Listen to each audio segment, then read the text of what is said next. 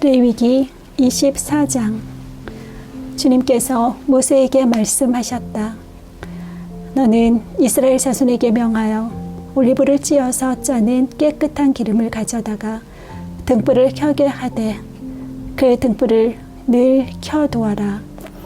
아론을 시켜 회막 안 증거궤 앞에 쳐 있는 휘장 바깥에 그 등불을 켜두어 저녁부터 아침까지 주 앞에 계속 켜두게 하여라. 이것은 너희가 대대로 길이 지켜야 할 규례이다. 아론은 주 앞에서 순금 금잔대 위에 그 등불을 늘 켜두어야 한다.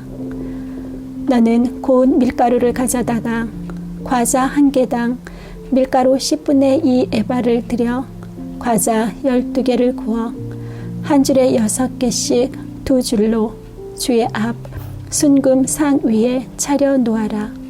그리고 각 줄에 하나씩 순전한 향을 얹어라. 이 향은 과자 전부를 바치는 정성의 표시로 주에게 살라 바치는 제물이 된다.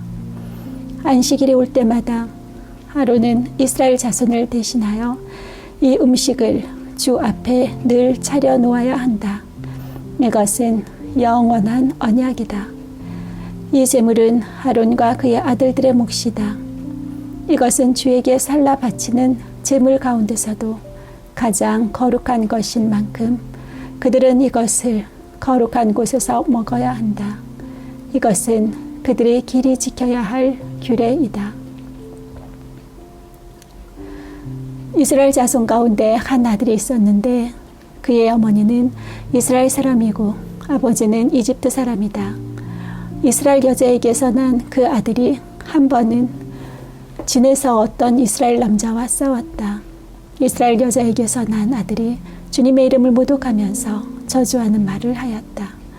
그래서 사람들은 그를 끌고 모세에게로 왔다.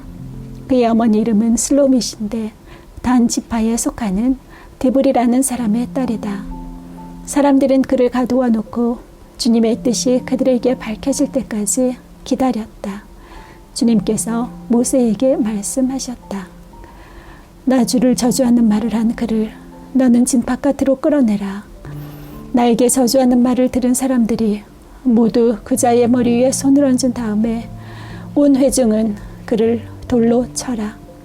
그리고 너는 이스라엘 자손에게 하나님을 저주하는 사람은 누구든지 그 벌을 면하지 못한다고 일러라. 주의 이름을 모독하는 사람은 반드시 사형에 처해야 한다. 온 회중이 그를 돌로 쳐 죽여야 한다. 주의 이름을 모독하는 사람은 이스라엘 사람은 말할 것도 없고 외국 사람이라 하여도 절대로 살려두어서는 안 된다. 남을 죽인 사람은 반드시 사형에 처해야 한다. 짐승을 죽인 사람은 생명으로 생명을 갚아야 하므로 살아있는 것으로 물어주어야 한다. 자기 이웃에게 상처를 입혔으면 피해자는 가해자에게 입힌 만큼 그 가해자에게 상처를 입혀라. 부러뜨린 것은 부러뜨린 것으로, 눈은 눈으로, 이는 이로 갚아라. 상처를 입힌 사람은 자기도 그만큼 상처를 받아야 한다. 남의 짐승을 죽인 사람은 그것을 물어주어야 하고 사람을 죽인 사람은 반드시 사형에 처해야 한다. 이 법은 이스라엘 사람에게는 말할 것도 없고 함께 사는 외국 사람에게도 같이 적용된다. 나는 주 너희의 하나님이다. 모세가 이렇게 이스라엘 자손에게 말을 전하니 사람들은 주님을 저주한 그를 진 바깥으로 끌어내서 돌로 쳐 죽였다. 이렇게 이스라엘 자손은 주님께서 모세에게 명하신 그대로 하였다. 25장. 주님께서 시내산에서 모세에게 말씀하셨다. 너는 이스라엘 자손에게 말하여라. 그들에게 다음과 같이 일러라. 내가 너희에게 주기로 한 그 땅으로 너희가 들어가면 나 주가 쉴 때에 땅도 쉬게 하여야 한다. 6해 동안은 너희가 너희 밭에 씨를 뿌려라. 6해 동안은 너희가 포도원을 가꾸어 그 소출을 거두어라. 그러나 일곱째 해에는 나 주가 쉼으로 땅도 반드시 쉬게 하여야 한다. 그 해에는 밭에 씨를 뿌려도 안 되며 포도원을 가꾸어도 안 된다. 거둘 때에 떨어져 저절로 자란 것들은 거두지 말아야 하며 너희가 가꾸지 않은 포도나무에서 저절로 열린 포도도 따서는 안 된다. 이것이 땅의 안식년이다. 땅을 이렇게 쉬게 해야만 땅도 너희에게 먹거리를 내어줄 것이다. 너뿐만 아니라 남종과 여종과 품꾼과 너와 함께 사는 나그네에게도 먹거리를 줄 것이다. 또한 너희 가축도 너희 땅에서 사는 짐승까지도 땅에서 나는 모든 것을 먹이로 얻게 될 것이다. 안식년을 7번 세어라. 7년이 7번이면 안식년이 7번 지나 49년이 끝난다. 7번째 달 열흘날은 속죄일이니 너희는 뿔나팔을 크게 불어라. 나팔을 불어 너희가 사는 온 땅에 울려 퍼지게 하여라. 너희는 50년이 시작되는 이 해를 거룩한 해로 정하고 전국의 모든 거민에게 자유를 선포하여라. 이 해는 너희가 희년으로 누릴 해이다. 이 해는 너희가 유산 곧 분배받은 땅으로 돌아가는 해이며 저마다 가족에게로 돌아가는 해이다. 50년이 시작되는 해는 너희가 희년으로 지켜야 하는 해이다. 희년에는 씨를 뿌리지 말고 저절로 자란 것을 거두어서도 안 되며 너희가 가꾸지 않은 포도나무에서 저절로 열린 포도도 따서는 안 된다. 그 해는 희년이다. 너희는 그 한 해를 거룩하게 보내야 한다. 너희는 밭에서 난 것을 먹게 될 것이다. 이렇게 희년이 되면 너희는 저마다 유산 곧 분배받은 땅으로 돌아가야 한다. 너희가 저마다 제 이웃에게 무엇을 팔거나 또는 이웃에게서 무엇을 살 때에는 부당하게 이익을 남겨서는 안 된다. 네가 네 이웃에게서 밭을 사들일 때에는 희년에서 몇 해가 지났는지를 계산하여야 한다. 파는 사람은 앞으로 그 밭에서 몇 번이나 더 소출을 거둘 수 있는지 그 횟수를 따져서 너에게 값을 매길 것이다. 소출을 거둘 횟수가 많으면 너는 값을 더 치러야 한다. 희년까지 남은 횟수가 얼마 되지 않으면 너는 값을 깎을 수 있다. 그가 너에게 실제로 파는 것은 거기에서 거둘 수 있는 수확의 횟수이기 때문이다. 너희는 서로 이웃에게서 부당하게 이익을 남기려고 해서는 안 된다. 너희는 하나님 두려운 줄을 알아야 한다. 나는 주 너희의 하나님이다. 그러므로 너희는 내가 세운 규례를 따라서 살고 내가 명한 법도를 지켜서 그대로 하여야 한다. 그래야만 그 땅에서 너희가 안전하게 살 수 있을 것이다. 땅은 소출을 낼 것이고 그것으로 너희가 넉넉히 먹을 수 있을 것이며 거기에서 안전하게 살 수 있을 것이다. 7째 해에는 씨를 뿌려도 안 되고 소출을 거두어 들여도 안 된다면 그 해에 우리는 무엇을 먹을까 하고 너희는 물을 것이다. 그러나 6째 해에 내가 너희에게 복을 베풀어 새 해 동안 먹을 소출이 그 한 해에 나게 하겠다. 8째 해 곧 너희가 다시 씨를 뿌리는 그 해에 너희는 묵은 곡식을 먹을 것이다. 9째 해가 되어서 해곡식이 날 때까지 너희는 묵은 곡식을 먹을 것이다. 땅을 아주 팔지는 못한다. 땅은 나의 것이다. 너희는 다만 나그네이며 나에게 와서 사는 임시 거주자일 뿐이다. 너희는 유산으로 받은 땅 어디에서나 땅 무르는 것을 허락하여야 한다.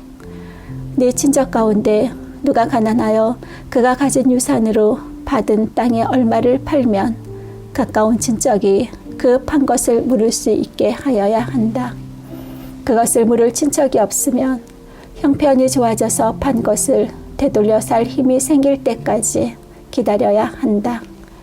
판 땅을 되돌려 살 때에는 그 땅을 산 사람이 그 땅을 이용한 횟수를 계산하여 거기에 해당하는 값을 빼고 그 나머지를 산 사람에게 치르면 된다. 그렇게 하고 나면 땅을 판 그 사람이 자기가 유산으로 받은 그 땅을 다시 차지한다. 그러나 그가 그 땅을 되돌려 살 힘이 없을 때에는 그 땅은 산 사람이 희년이 될 때까지 소유한다. 희년이 되면 땅은 본래의 임자에게 되돌아간다. 땅을 판 사람은 그 때에 가서야 유산, 곧 분배받은 그 땅을 다시 차지할 수 있다.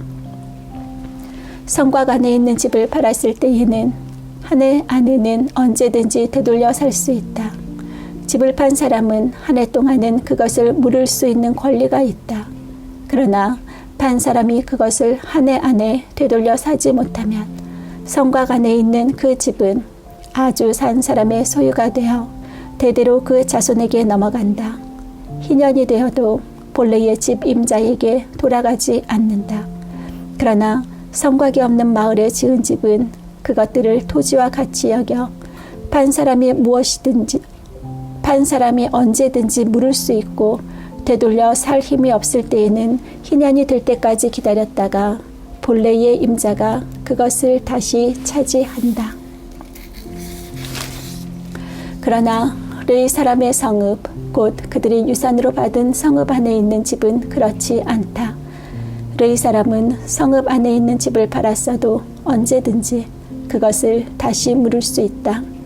그가 물지 않으면 성읍 안에 있는 그 팔린 집은 희년이 되면 본래의 임자에게 되돌아간다. 르이 사람의 성읍 안에 있는 집은 이스라엘 자손이 르이 사람의 유산으로 준 것이기 때문이다. 르이 사람의 성읍에 딸린 땅도 또한 영원히 르이 사람의 유산이기 때문에 팔 수 없다. 너희 동족 가운데 아주 가난해서 도저히 자기 힘만으로는 살아갈 수 없는 사람이 너희의 곁에 살면 너희는 그를 돌보아 주어야 한다. 너희는 그를 나그네나 임시 거주자처럼 너희와 함께 살도록 하여야 한다.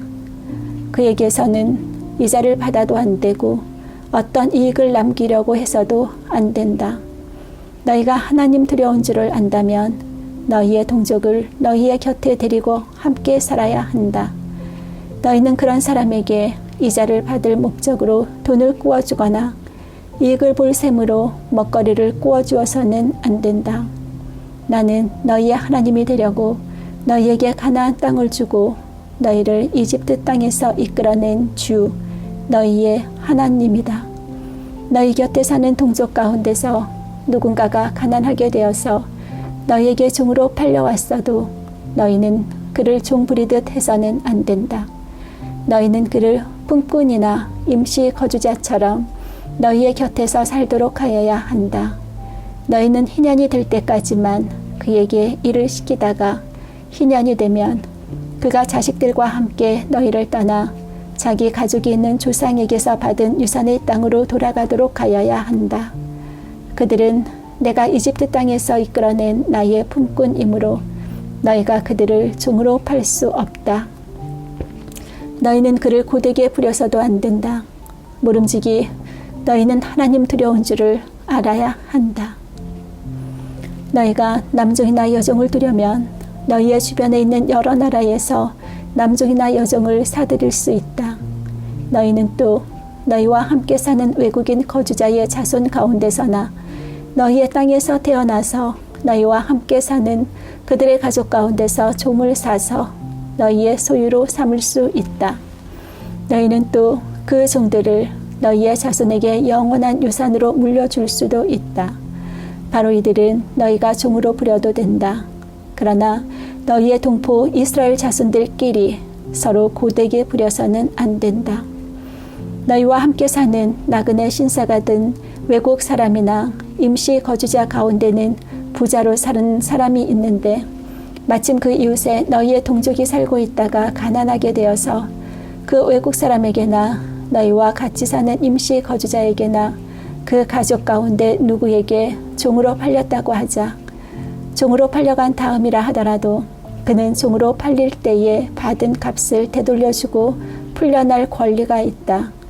그의 친척 가운데 누군가가 값을 대신 치르고 그를 데려올 수 있으며 삼촌이나 사촌이 그를 데리고 나올 수도 있고 그의 가문에 속한 살부치가 그를 데리고 나올 수도 있다.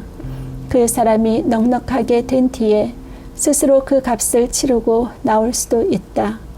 그 경우에 그는 종으로 팔렸던 그 해로부터 희년이 될 해까지의 횟수를 자기를 산 사람과 함께 계산하여 그 횟수에 따라 돌려줄 값을 정하여야 한다.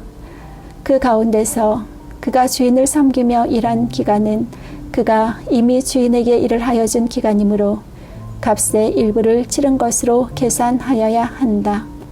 아직 희년까지 남은 횟수가 많으면 남은 횟수만큼 많이 내고 나와야 한다. 그는 종으로 팔릴 때에 받은 몸값에서 그 집에서 일한 횟수의 품삯을 떼낸 나머지를 무르는 값으로 치르면 된다. 희년까지 남은 횟수가 얼마 되지 않으면 그 횟수를 따져서 그만큼 적게 치르면 된다. 이때에도 그는 일한 횟수와 남은 횟수를 자기를 종으로 산 주인과 함께 계산하여 모르는 값을 정하여야 한다. 주인은 그를 해마다 고용하는 것으로 하고 그를 품꾼으로 대접하여야 한다. 어떤 주인이라도 그 종을 심하게 부려서는 안 된다. 위에서 말한 여러 방법 가운데 어느 하나로도 풀려날 길이 없다 하더라도 희년이 되면 그는 풀려날 수 있다. 자기만이 아니라 자식들도 그와 함께 풀려난다. 이스라엘 자손은 나에게 속한 나의 품꾼이기 때문이다. 그들은 내가 이집트 땅에서 이끌어낸 나의 품꾼이다. 내가 주 너희의 하나님이다.